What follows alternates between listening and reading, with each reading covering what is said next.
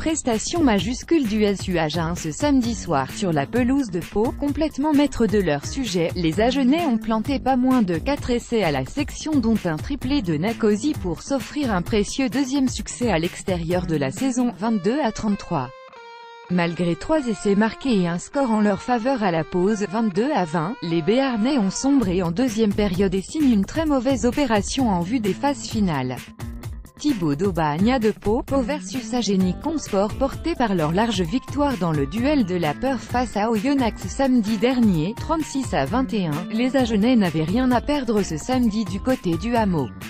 On ne s'attendait quand même pas à ce qu'ils fassent autant mordre la poussière à l'un des clubs du top 6. À l'image d'un Filippo Nakosi intenable sur son aile, le SUA a joué tous les nombreux ballons qu'on lui a rendus et a même monopolisé la gonfle pendant la majorité de la partie. Une maîtrise à toute épreuve et même un 13-0 infligé aux Palois dans le deuxième acte, de quoi faire sourire Mauricio Rejardo qui avait pourtant aligné sa jeune garde. Du haut de ses 18 ans, Thomas Vincent vivait notamment sa première titularisation chez les pros à l'ouverture. Il s'est révélé impeccable au pied, 5/6e, 13 points, et dans l'animation bien épaulé par un Ricky January des grands jours.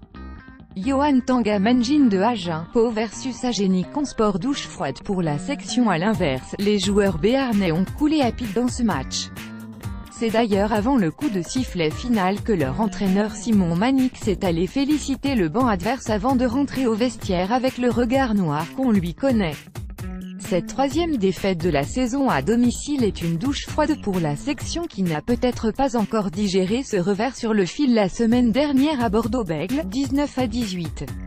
Des Palois surpris par l'agressivité du SUA et maladroit ballon en main.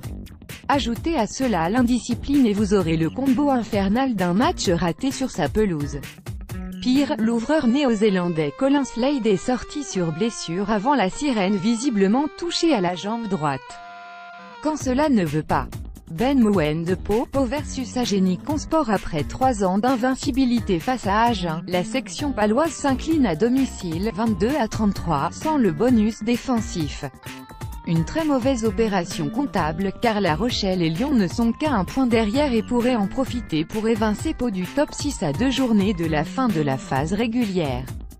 Le SUA en revanche assure quasiment son maintien.